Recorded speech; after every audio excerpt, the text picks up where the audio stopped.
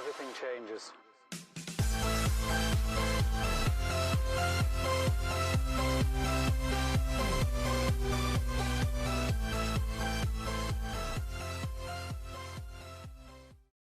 I can't believe I'm still making this video and actually updating this video with relevant information in November 1st, 2021.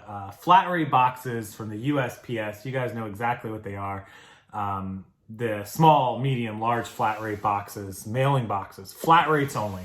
Not the standard. Look guys, there's a difference between a flat rate and an actual USPS priority mailing box that does not say flat rate. The question is, can you alter or Frankenbox two or more flat rate boxes from the USPS? And in the DMMs, which is the USPS rules and policies of shipping, it's right on their website, I'll link it below. Prior to 2021, sometime in 2020, there were updates made. You could alter flat rate boxes. You absolutely could put two together. What would happen is, and it said it right there in clear language, I will screenshot it right here. You would then be charged by weight. So if you took a medium flat rate, I don't even know the medium flat rate price, was it like 15 bucks or something, 14.85? I don't know. And you planned on shipping something, you try to cram it in there, it wouldn't fit, so then you took another one, put it over top of it, taped it together. We call it franking boxes because you're like building a monster, you know, putting parts together. Anyways, if you put that second box on, it's no longer flat rate, you've altered it, and when you brought it to the post office, they're supposed to charge you the by weight. So then they'd weigh it, it's 6 pounds, instead of being 15 bucks, it's now, you know, $22 or whatever. You would pay that difference in that price. A lot of people didn't know that that was actually a thing. If you posted that in a Facebook group, people would say, nope, can't do that. And then there'd be, you know, a long comment thread about, yes, you can, you're charged the by weight price. And that was always the actual rules of the post office. And what's bad is that a lot of the post office employees, USPS employees, none of this is surprising or shocking to me anymore. They didn't even know that rule. So you would take it into your local branch and they'd be like, no, we can't take this. Yes, you can. No, we can't. Here's your rules. Yes, you can. And they literally didn't know. They weren't trained properly. In fact, a lot of USPS employees don't know their own rules of their entire building. There's actually a poster that hangs on the building's wall inside of every USPS location, or it's supposed to be. It's a federal DHS, Department of Homeland Security memo called Poster 7. It allows any Americans, anybody, to photograph and video inside of the post office. Most of those employees don't know that. If you look up the USPS First Amendment audits, you'll find people that purposely go into the post office videoing them to try to get them to violate their rights. Postal employees, for whatever reason, are not properly trained. In fact, it got so bad, they would start sending these packages back to you, rejecting them because you combined two flat rates, or they would send it as postage due to your customer. Now, if you didn't pay the adjusted priority by weight price at the counter and you just tried to send it through and sneak it through, then yeah, that's shame on you. But if you take it in there and you're like, hey, this wouldn't fit, I'm just gonna pay the by weight, good, like that's perfect, it should not come back. But there were people that paid the by weight that had their packages rejected or ended up at their buyers, which is worst case scenario, you know, postage due. And so that's really, really bad. Just because employees just don't know their jobs. And in fact, that happens all over the place, not just the post office, but the post office is notorious for it. I don't know why they didn't just train. Just like, if you're an employee here, you must know this one thing. It's pretty simple, right? Okay, so now fast forward to last year, and there were amendments and changes, which again, I'll link below and I'll post a screenshot here next to us about the flat rates specifically. And now, so I think with all the issues that they had, they realized that maybe that might not be the best policy to allow people to flat rate, combine, Frankenbox, and then charge them because of all the issues, not just the employees not knowing, but people seeing it on the other end, getting postage due, getting rejected. They just wanted to make it easy. Flat rate is flat rate. And if you need to combine boxes, you need to do it with the non-flat rate boxes or use your own box, which, disclaimer across this whole video, I probably should have said this first. Please don't try, even if you are allowed to do the flat rate combos and get charged by weight, you're risking your buyer, you're risking the postage due and a rejection and time and all that stuff. Just use your own boxes or order the non-flat rate mailing boxes straight from the USPS. They have them. They don't say flat rate, and thus you can use them for any priority package. You can do all the franking boxing and everything that you need to do because you're going to pay the by weight no matter what, because there's no flat rate written on it. Just get those, or get your own boxes. Be professional, right?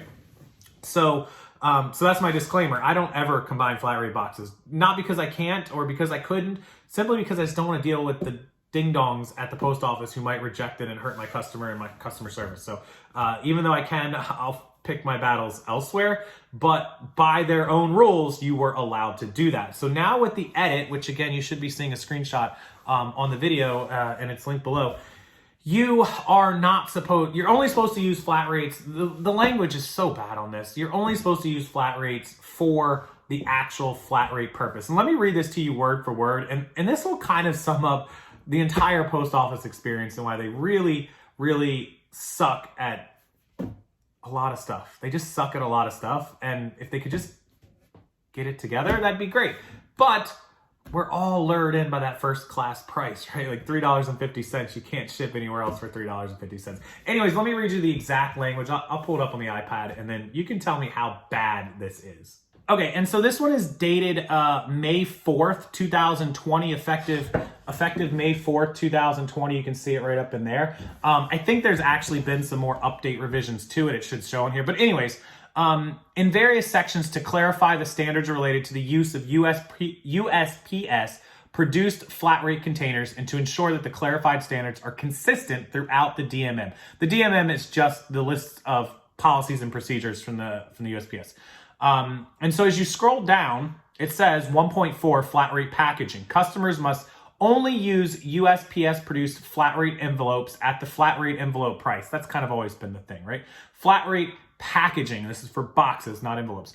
Only USPS produced flat rate envelopes or flat rate boxes are eligible for the flat rate price. Well, we know that. You have to use a flat rate box to get a flat rate price and are charged a flat rate regardless of the actual weight up to 70 pounds. There's a 70-pound cutoff on that. Domestic destinations. Customers must only use USPS produced flat rate containers at the applicable flat rate price. USPS produced packaging, including flat rate containers, not eligible for shipping live animals. On 1.6, it says only USPS produced or approved flat rate envelopes are eligible for the flat rate price and are charged a flat rate regardless of the actual rate up to 70 pounds. They must only use, same thing, and USPS flat rate envelopes or boxes are eligible for the flat rate price and charged a flat rate regardless of the weight. And so that's it. That's the whole thing. It's just saying that you must use flat rate packaging to get the flat rate price. It does not address the fact that you can combine these flat rate boxes and get the by weight price, which is exactly what the old DMM said. And this was updated again, May 4, 2020, over a year and a half ago. So let's go back to the other one and I'll read that one word for word. So the one updated 2016, which still appears on the site, and this is where the confusion comes in. If a flat rate envelope or flat rate box is presented at the office of mailing and the customer has manipulated or reconstructed it, aka Frankenboxed it, the container is accepted using weight and zone, not flat rate pricing. Customer is not required to repackage the item unless the contents are fragile and would be at risk of damage during processing and transit. Yes, tape is allowed on the seams and flaps of the flat rate or flat rate box. So you can tape them as long as you don't manipulate them.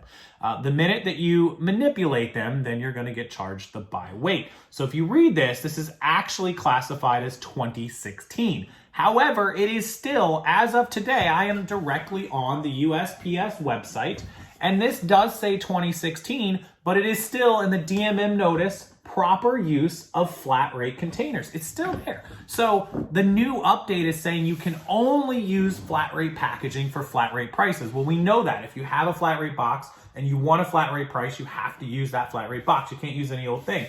This says that you can manipulate it and get charged by weight, yet the new 2016 doesn't address that, or the new 2020, excuse me, doesn't address the old 2016 at all. And so you can actually Google this and scroll down. There's a ton of results and there's people going back and forth. So my question to USPS, and this is a pretty easy question and pretty easy answer, is if it is your intention to get rid of the rule that combining flat rate is okay at a by weight price, then why not delete that off the site? Why not make a clear concise sentence that says you cannot combine packages. You can't do this. You can't. It just seems like they're being really, really shady, vague. I don't even know, but just come on, USPS, do better. Do better. Anyways, my advice to you guys is don't do it, even if you still can. And a lot of places probably don't know about that 2020 update, and they probably have no idea and will let it go through even if they're not supposed to. Just like people before were rejecting it when they were supposed to. They're just a train wreck, like a train wreck. So before I see it inside of Facebook groups 100 more times, can you do it? Who knows? You used to definitely be able to do it. After the update, who knows? The USPS is like completely a train wreck all over the place. Should you do it? Absolutely not. I don't recommend it. Even if the USPS ends up coming out and going, fine, you can do it, just don't. Save yourself the headache. Do what's best for your business. Get some professional boxes, or whoop whoop, get the USPS's free non-flat rate boxes and do all the combining you want. Or just sell first class items and ship everything in bubble envelopes and poly mailers like we do. Anyways, that's what I got for you. Hopefully that helps clear it up. You're probably more confused than you were at the start. I'm more confused than when I started, but I did my best. So you're welcome, guys. Thanks for asking. Thanks for posting it in the Facebook group. And make sure you like the video. Make sure you give it a thumbs up to help the algorithm, and subscribe to the channel for more amazing USPS news updates as they come, because we're sure they're coming, along with those price increases we all love. All right. Have a wonderful night, guys. I'll see you next time.